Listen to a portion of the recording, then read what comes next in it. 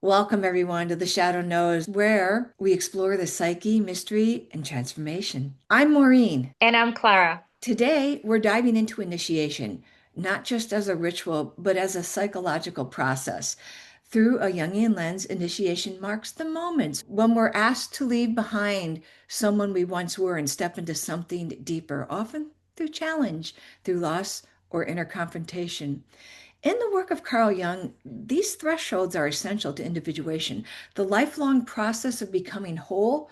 But in modern life, many of these initiatory moments go unrecognized, dismissed, or encountered through crisis. So, what happens when initiation is avoided or when it comes without guidance or witness? And how do we learn to recognize the quieter initiations happening in everyday life? Joining us again is James Frazier. Hello, James. Hi, nice to be Uh, back.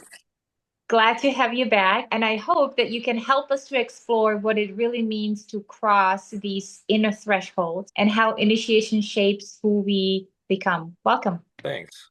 Welcome. And I think I'll start with this question. People, including myself, tend to think of initiations that matter, but I want to talk a little bit about small micro initiations, the ones that maybe prepare us for the larger ones, the series of thresholds in life. Maybe for me, it might mean speaking up to a boss for the first time or being seen by an authority figure, even at my age. Could you just talk a little bit about that and why it Sure. matters? Yeah. Of course, when you teach a group or anyone, actually a client, someone you're working with, about initiation, you tend to talk about the really big ones because they're so critically important. But once you work with this model for quite a while, you begin to realize that we also go through these little mini initiations. Sometimes they last for a day long, you know. Uh, like we'll take the one you just mentioned. I need to go ask my boss for a raise. I've been putting it off, putting it off. I have a lot of fear. What's this? My inner critic jumps in. It's telling me I should be happy with what I got. Lots of stuff going on. But then you remember, oh yeah, this is another threshold crossing. This is another me getting into the cooker, so to speak, which is the place of transformation, sacred space, but it's also where I meet all these challenges and I have to go through challenges. If it were easy to go ask your boss for a raise, you would have done it already. It would be like going to your refrigerator and bringing, getting a gallon of milk. Not a challenge, but this is a big one. It involves self-esteem, it involves self-worth, it involves confrontation, it involves conflict, potential conflict, it involves the potential for rejection. So there's lots that can go on, and you decide, no, today is the day I'm going to do it. I'm going to connect to my inner warrior, and I'm going in there, and I'm going to be calm, but I'm going to be forceful. I'm going to be asking to get my needs met. So again, lots of different parts of ourselves are activated, and you go in, and whether or not you get the raise or not is a side issue. The issue is you confronted the dragon you were afraid to confront. And so hopefully what happens is you overpower the dragon. You successfully manage to do this and go through it. And then the result, again, is a kind of a different matter because you could be successful in an initiation and still not get the raise because you faced all the resistances, the fears, the things that are holding you back. And when you finish that, you have a changed sense of self. See, I can do that. I do have that kind of connection to power. It is okay for me to do conflict. I didn't get my head chopped off. So there's a lot of learning that can take place regardless of outcome. If you do it right, the odds are pretty good that you'll get some of your needs met. Yeah, I think I'd like to then just go right into the next question because I think it's a great segue into it. So I did have an experience some years back where I showed up fully and did a really good job, but I wasn't recognized while someone else was celebrated who was not doing their job. I was doing their job. And initially it hurt and it was in front of a large group of people, but I realized after the whole incident, I didn't even actually need that external validation. When I realized I didn't need it, it did feel like growth. So, from a Jungian perspective, would that be considered an initiation of sorts? And what made it work for me internally, even without that acknowledgement? And I'm sort of curious what happens psychologically when an initiation isn't acknowledged or even dismissed or shamed. Why does that matter in a person's development? Okay, I'll try to address the first one. I may have to ask you to restate the second one, but the answer is, from my point of view, is clearly a yes. That was an initiation because it's quite possible that your ego self is focused on the outcome again, like I'm going to get this, but then the actual changed sense of self came about with, well, I don't need this external validation, which is a far more important gift to gain than if they had, in this instance, jumped up from their chairs and recognized you and immediately given you a 20% raise. But if you didn't change anything inside, then the next time you wouldn't have that kind of inner sense of changed sense of self. Not that outcomes are not important. I'm not trying to make that statement, but I'm just saying that one can go through an initiation and to the outer world, it appears to be a failure. To the inner world, however, it's not. I did a confrontation once with one of my mentors that turned out to be an absolute failure in the outer world, but it changed my inner sense of self to an enormous degree, and it allowed me to stay in integrity. And that was a far more important thing. I've never regretted that confrontation ever since then. And it was a pretty good sized loss for me. It wasn't just a minor thing. So yes, the first part, yes, you could go through an initiation and on the surface not get what you really intended or what you desired or what you wanted, but then it actually turns out you did experience a profound sense of self and empowerment even. And the more we can have a sense of our own validation, the less we're tiring our wagon to somebody else's horse. Oh, well, just what happens psychologically when an initiation isn't acknowledged or even dismissed or shamed? Why does that matter in a person's development? And I would also think that it matters how they have developed thus far when they encounter that. Well, it does matter because we do need, and we're suffering tremendously from lack of elders that can bless us. So to have our initiatory work blessed and acknowledged is just a really important thing. Part of this has to do with an increase in status. That's one of the things that generally happens, particularly in indigenous cultures, around an initiation. For example, if you go through the puberty initiation as a young woman or a young man in an indigenous culture and you survive it, which is not guaranteed, but if you survive it, you will never be treated as a child again. So you do increase your sense of status. So that's very important. If an initiatory experience is shamed, it can be very wounding because it's almost one of the most important things and activities we do. And then if there's no acknowledgement of it, it's like, well, I must have done it wrong. It didn't work. I participated in the central ritual of the religion that I grew up in at a very young age, which of course delighted my parents to no end because they really wanted a miniature adult. And I was in no way capable of understanding what this was really about. But I fully expected a change in status. Now, I would not have been able to use that concept or cognitively talk about it in that way, but it was profoundly shaming because none of that happened. No increase in status, no real acknowledgement, no genuine blessing came out of that. So I think it can be deeply wounding. And it can also prevent a person from going through their next initiation. They go, oh, remember what happened last time? You got shamed with that. A lot of times around performance is a really wounding one. You work really, really hard on your little piano recital, and then you have a panic attack, and you're just shamed like crazy. And somebody pulls you off the stage. It'd be a long time before you go back on a stage, most likely. Whereas if that were handled in a different way, if you can imagine a different scenario where instead of you feeling like you're standing on stage and your clothes suddenly all fell off and everybody's laughing at you, What if that whole group, and I'll admit this is much easier to do in primitive societies, but what if that whole group moved toward you to embrace you and hold you and tell you that, oh, hey, no problem. You're still part of us. You can try it again next time. We've all done this. It was a blessing rather than a curse. That's often not what happens. So you wind up with a sort of aborted initiations. And not all aborted initiations are because of performance and things of that nature. Sometimes people just get too frightened and they jump out of the container and run away, and then they don't ever want to do it again. That kind of stirs up questions in me, a few questions. You spoke about that not every initiation is guaranteed to be successful.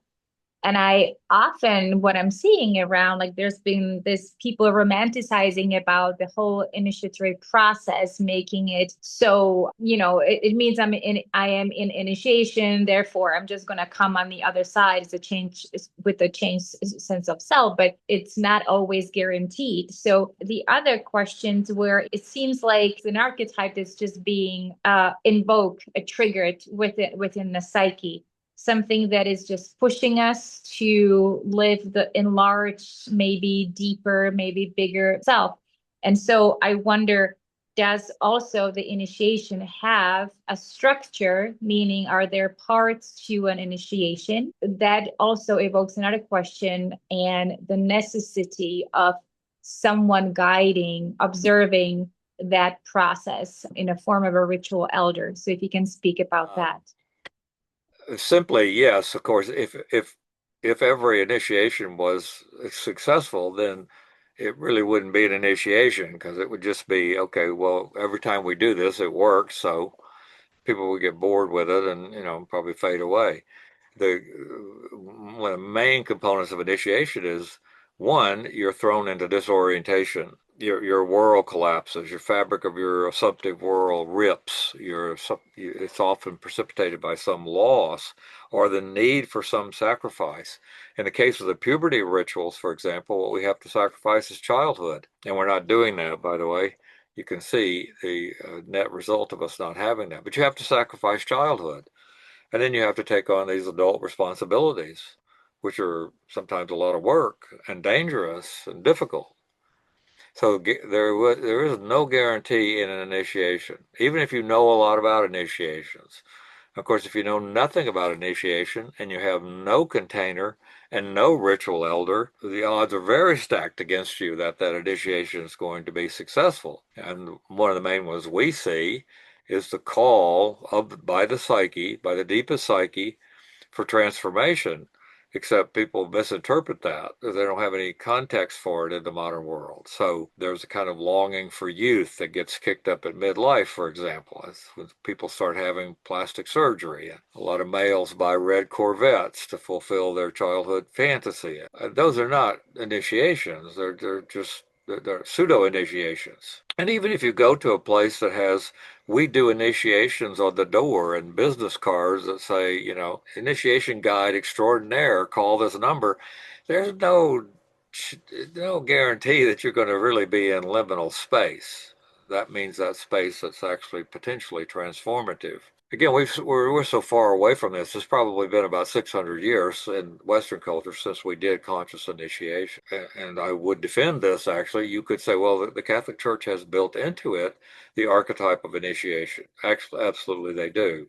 The Christian Church has it built in, whether it's Protestant or Catholic, but the Catholics really, up until the 1500s, were the only Christian church. And the death rebirth motif is part and parcel of initiatory. They match exactly, as does our own birth process for those of you who are tuned into the perinatal level of the unconscious. These ancient peoples, because they live so close to nature, they experienced life as going into periodic morbidity.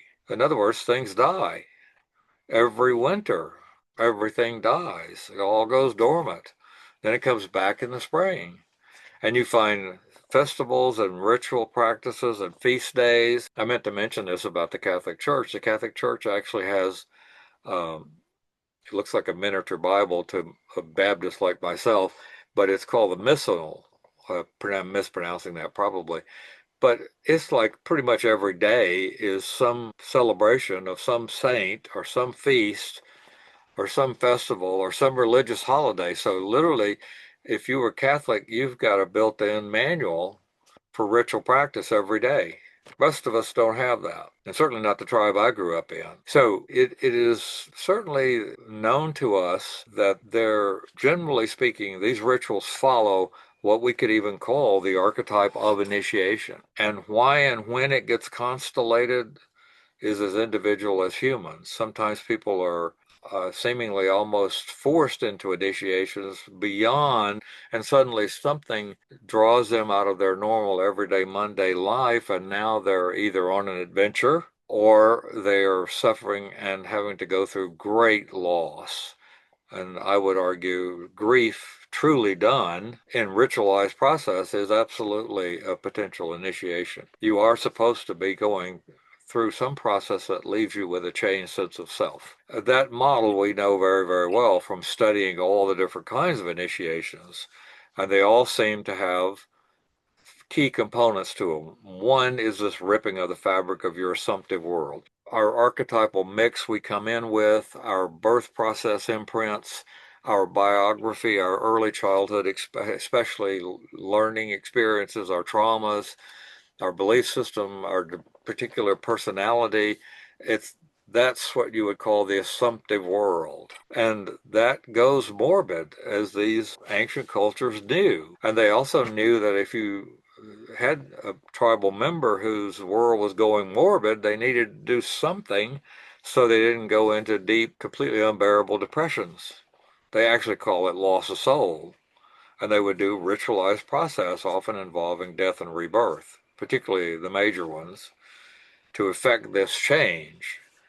We now know from transpersonal psychology, especially, and especially from the psychology of Stanislav Grof, that built into our every birth process, if it's a natural non-cesarean birth, are stages of that birth process. The first one is you're in paradise. Everything is, all your needs are met. And then if the second one is where birth starts and you literally kind of get thrown into hell. As you feel trapped, it's going to go on forever. There's nothing is right. Everything is wrong.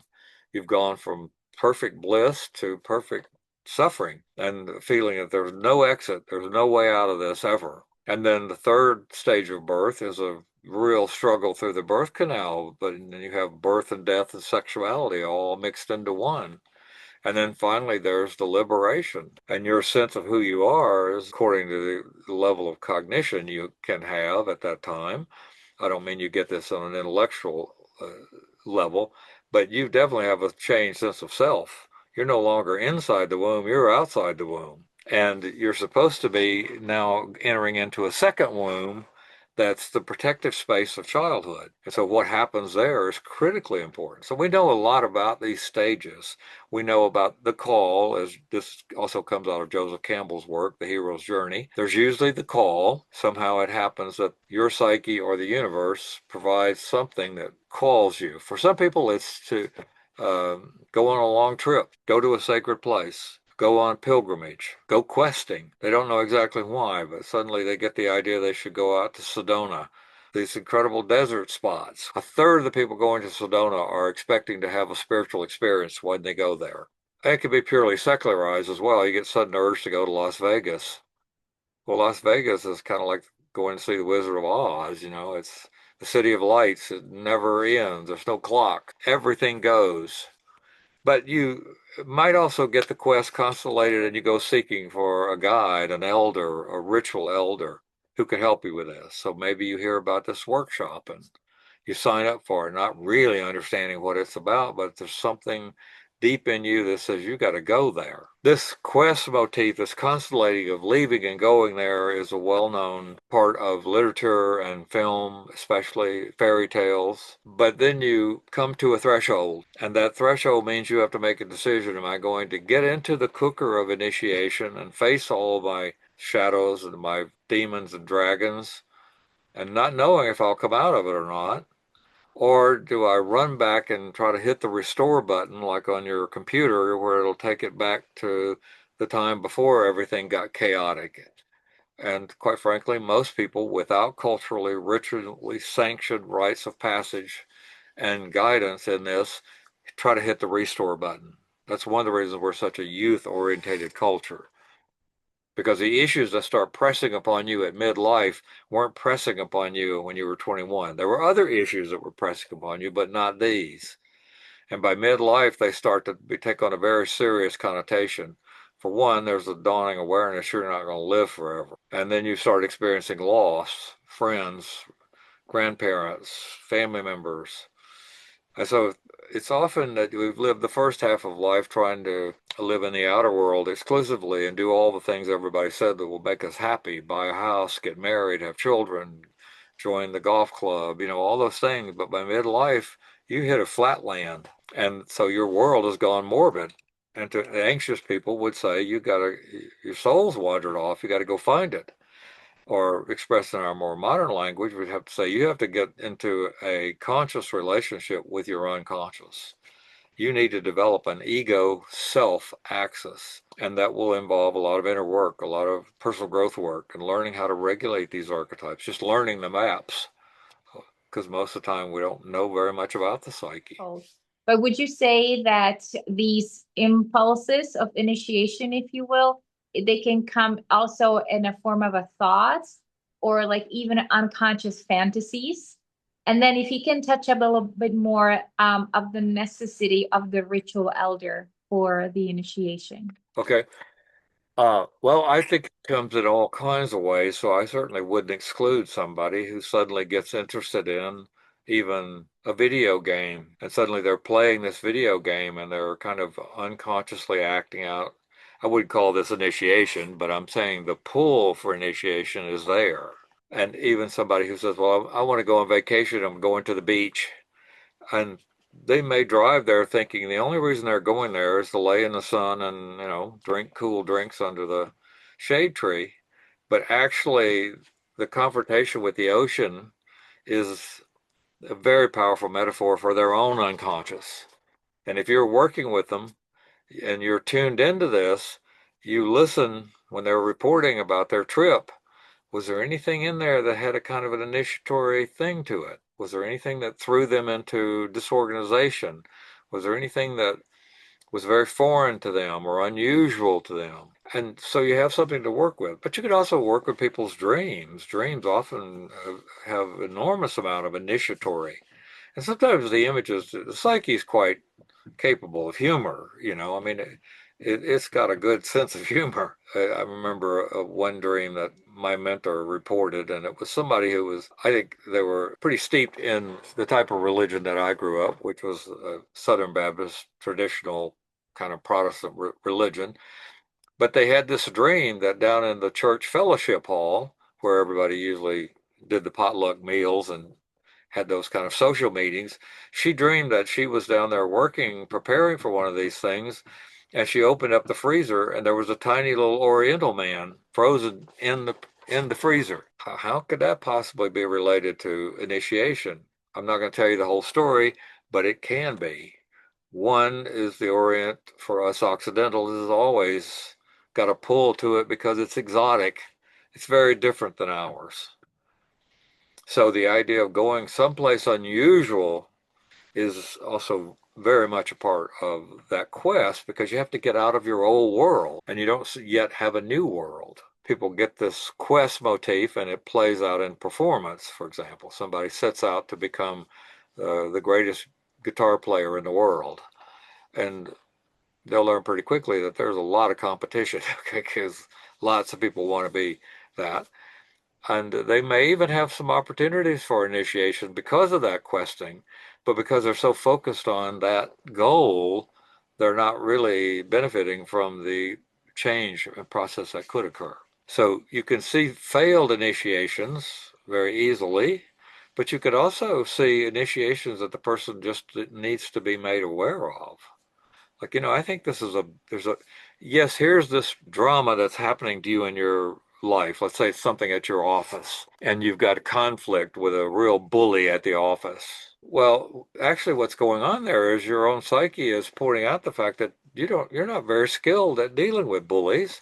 which means you're not very connected to the warrior archetype, which means you need to do developmental work, which will feel very initiatory, I can promise you, to get connected to that so that you can now better manifest the energy from that archetypal warrior. And instead of wanting to cut this bully's head off, you learn how to calmly set the boundary and stop them doing that behavior. That's an initiation. It's getting a kind of sensibility about initiation and learning what to watch for. Now, I don't think that every single thing that happens to humans is initiatory, but there's a lot, and especially when people come to workshops or they come to see you as a practitioner of any kind, they're often seeking a ritual elder. They're seeking somebody who knows more than they do about this process and who can help them. And then we can also learn a lot from studying literature. And some of the world's great literature is great because it contains profound amount of initiatory themes in it. So we can see initiations, and if you're not in an initiation process right now yourself and someone else is, you're in a much better position to see than they are, because they're just having their world fall apart. And that's why you need a ritual elder to guide that person, someone to hold the kite string while they disintegrate and go into the rebuilding process, put back together again. And a classic example of this, which I know people get tired of me referencing, but it's just so easy to see and so prevalent in our world, is the development of an addiction such as alcoholism, the taking that all the way toward death, and then the death rebirth into sobriety, where that person has a changed sense of self and they change their life completely. And it's just laid out right there. And you might never ever hear anybody use the word initiation at an AA meeting, but that is exactly what's happening, including ritual elders, because the people that have done it and are still going to those meetings and they've been sober 20 years, they serve as a ritual elder. I think that another initiatory process is a childbirth, a woman turning into a mother and a man turning into a father. That is a initiation on its own. And there was what kind of caught my interest also is how we as women, we get biologically kind of initiated into the role. And I always wonder how is it for a man that needs to be slowly, if you'll initiate into a fatherhood? Well, I think they are different processes, and the requirements for each initiation are quite different. For one thing, it's the stage of life typically where women start having babies. They're still in the lover energy.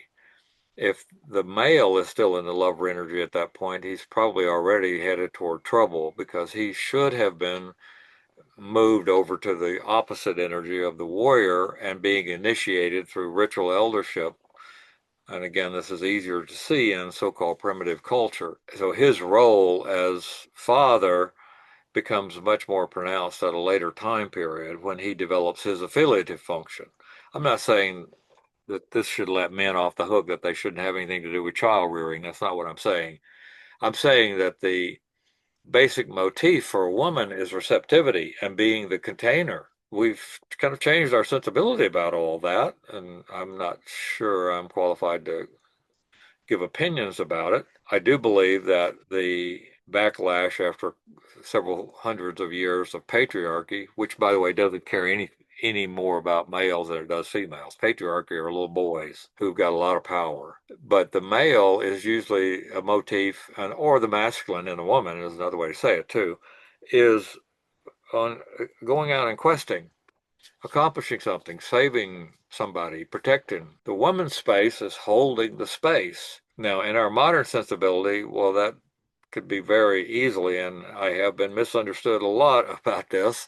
Well, he means that women don't do anything. Absolutely not. I'm saying women do the most important thing, which is the container. It is a very high role and one that's absolutely necessary. And even the puberty initiations largely mimic what these cultures perceived that the cosmos was doing to women. This ability to conceive and give birth is just a miracle that makes anything men do look like peanuts, no matter how accomplished it is. I mean, women of the 60s had to become pretty vocal and pretty powerful, and I would say had to really get into their masculine, oddly, to fight this. So then it kind of leaves the impression, well, if you're just wanting to be the feminine container, you're less than. That's not true at all. It's a really critical piece. And a man is going to have to learn how to build his container, but they generally doing it at different time periods in life. So I think there was a recognition much more so of the literal cosmic connection. Notably, the cycle of the moon matches women's menstruation cycle exactly. And so the moon is receptive. The moon takes on the light. Does that mean it's less than? No. In fact, in some ways, the moon is our even more important on one level in that in terms of human endeavor because it becomes our first timekeeping device. It's very difficult to think about certainly primitive folks able to accurately track the movement of the sun, but the movement of the moon is pretty easy. If you can count to 28, you've got it, you know. Jung believed, as I do, that the sacred feminine will be the most powerful thing that keeps us from going off the cliff. But we will have to have a powerful masculine to protect the sacred feminine. That's the formula. And if you don't have a powerful masculine, so it doesn't just work to take a purely hate men, feminist point of view and let's just get rid of men. Because without the warrior energy, you have nothing to protect the sacred. Now, eventually, women develop their warrior, but it's usually after midlife, and it's usually after midlife that men develop their capacity for cohesive connection. And thus, grandfathers are much better at blessing the boy than the father is. Often there's too much competition between the boy and the father, and that's why, again, in these smaller societal groups, this is easier to see. Grandpa didn't live in California and you in Maine. Grandpa lived 4 huts down the way, and you spent a lot of time with Grandpa and Grandma, and they are the ones that could convey this blessing. You can see this is a big subject, really It big. is. It is a big subject, and it can be taken in many different Right. avenues. Well, part of us resists initiation and why does it often feel like self-sabotage? All right, I'll take a stab at it from this particular angle. First of all, the ego, and I'm a great fan of ego and ego development. I am not in the camp that misinterprets Eastern teachings to think that you're supposed to kill your ego. If anything, the problem we have now is not two strong egos. We have too fragile an egos, two non-cohesive egos. We have fractured egos. And the fractured ego isn't strong enough to accept its own death and rebirth. So it's often ego defenses. I guess we could even extend that to persona defenses in the sense that we have a mask, that we show the world, and especially if that's a role that I play in the world, I don't want anything damaging that. I'm busy polishing that so it's bright and shiny all the time. Well, initiation often involves us first loss, which is challenging. Secondly, in almost every initiation that I've ever seen, it brings up the shadow side of us. And so naturally, the ego, which is partly responsible for the stuff going into the shadow in the first place, doesn't want that, doesn't want to become aware of that. So it resists that. And then there's just a part of us that resists change. It's been said the only person that likes change is a baby with a wet diaper. The rest of us will have a bit of a pushback. If things could be terrible, but we'll still say, but yeah, but I know this one. In the case of addiction, you have a best friend. You don't want to give up that best friend because that you feel bad, you go to your best friend. It's always there, it's always available.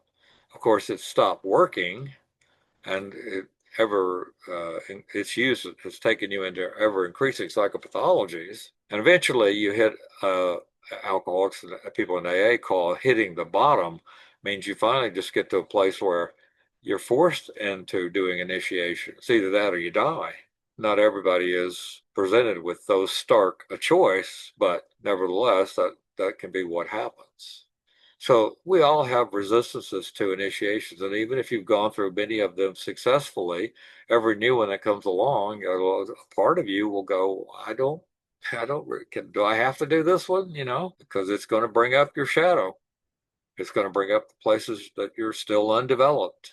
It's going to bring up knowledge about what you need to do to develop, and it'll be frightening and scary.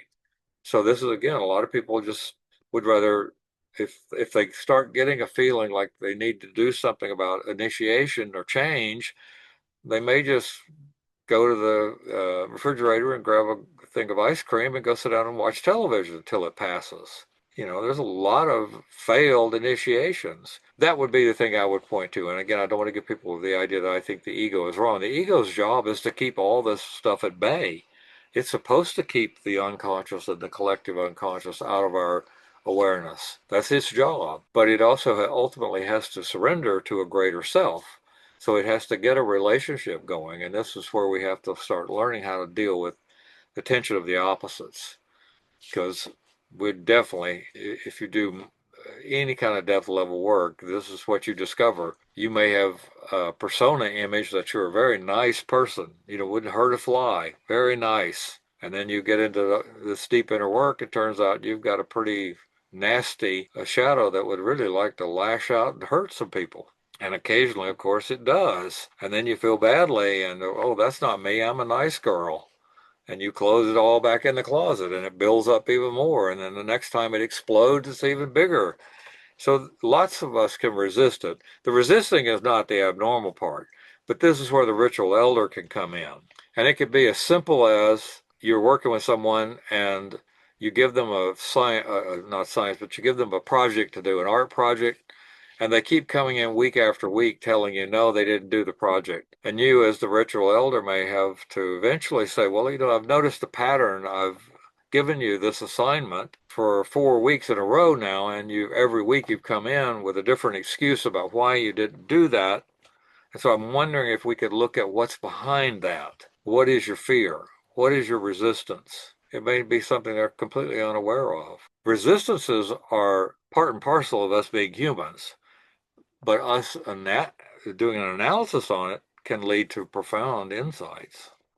And sometimes people make connections about the most seemingly mundane things, and suddenly it sort of opens a window into something really, really deep. I hope that answers it somewhat. Oh, that answered great. Well, I mean, I feel like this is just a perfect segue, like how to start with it, because it just like pops up a question, the difference between a ceremony versus a ritual. James, what are your thoughts on that? I don't believe our culture really makes much distinction between. They think ceremony and ritual are the same thing. The really simplistic is that ceremony usually is done to honor something or to honor even a transition, but it's not thought of as something that has the potential for changing your sense of self. And so when you actually practice ritual in the deepest sense, you have the possibility of going all the way to the archetypal level of the psyche, whereas ceremony is pretty much going to stay on the persona ego level. Now, I'll admit that there's probably some argument to be made that some things that look ceremonial actually in practice are ritual, and vice versa, things that are presented as being ritual are actually ceremony. So, but very simply to me, ritual is the archetypal software that allows us to deal, is the cultural software that allows us to deal with the archetypal hardware. So humans have long, long, long been engaged in ritual process as either a way from divining what the gods were doing or what the gods wanted, or to show that they were honoring the gods, or to ask for salvation, redemption, relief, healing. I mean, all the different ways people have tried to communicate. There's just been this enormous sensibility that ritual process is the fastest and most efficacious way to do that. Now, they probably wouldn't have gotten up and given you a lecture about Jungian archetypes or anything of the nature, but there's a sensibility that you needed to do ritual process for a variety of reasons, and so it develops into tradition, but not just tradition for the sake of doing it. So this is where you can also kind of lose connection to the meaningful ritual and still be doing the process. I'll give you one. We cut down massive numbers of evergreen trees and bring them indoors every Christmas. Why do we do that? Well, it's more ceremony now, I would say, and I doubt very seriously that very many people could tell you what's behind it. A few would kind of guess, oh, it's to brighten up the winter, because we're going to enter into winter, so to bring something evergreen. A person, perhaps, say like Maureen, might take that a step farther and say, well, the evergreen represents the eternal life because it's always green. It doesn't die in the normal cycle of things. But I would say that probably initially was a very powerful ritual process that then kind of gets degraded over time and turns into a ritual process. And then again, some people think of ceremony like graduation from college. I would argue that's ceremony. Very, very few people expect to go to their college graduation and be transformed, or to have their sense of self changed, or to face initiatory tasks like the two dragons at the gates that they have to get through before they get in. You see what I'm saying? So they're profoundly different. I'm one of those people that's trying to recover the sacredness of the word ritual and disengage it from pure psychopathology. I do believe we all need ritual process, and I can tell you from long experience that people who are engaged in deep inner work, who are willing to do ritual process that connects to their deep inner work, move much faster. And even when we come to the regulation of archetypes, I would say ritual process is extremely important. So if you just say, well, my guide, my coach is telling me all about this archetype of the warrior and pointing out the fact that I didn't have a very powerful connection to that and is encouraging me to get a better connection to that, is a very different thing than, well, he instructed me to build a ritual space, or an altar, if you will, and to find images of warrior and to place them on the altar, and to every day, at least once a day, go to that altar and ask to connect to that energy and use those images to connect to those energies. That would be a ritual process. The absence of it, though, a meaningful ritual process in our culture is just quite stunning when you look at it and you compare it particularly to indigenous cultures whose whole lives revolves around ritual. In another broadcast, I confess that I joke with Maureen about being a closet Catholic, because part of what she's pointed out is, despite all the problems of the Catholic Church, because they are a human organization and therefore you expect problems, but they do have a ritual genius, and they more or less committed for centuries to that ritual process. Now, one can criticize, as I do, some of their modern changes to that ritual, which I think, from my point of view, appear to have diminishing of that ritual, such as when they stopped using Latin and switched to English, and the priests were not pointed away from the congregation, but now pointed toward the congregation. My opinion is that when you are in doing the Mass in a foreign language, you have more potential for getting out of your ego consciousness, and thus more potential for actual changed sense of self. But the ritual process of the Mass itself is just pure genius. The symbolism that it encompasses, and that it provides a space for people to do deep psycho-spiritual / religious work, is unprecedented in Western culture. Thank you so much, James. And today we explored initiation as a psychological threshold marked by loss, uncertainty, and even transformation. When initiation is embraced rather than resisted, life shifts from repetition to transformation. Thank you again, James, for being here and sharing your perspective with us. If this episode resonated with you, we invite you to subscribe, share, and continue the conversation. So face your shadow and may the wisdom guide you home. And remember, the shadow knows. Thanks, everybody.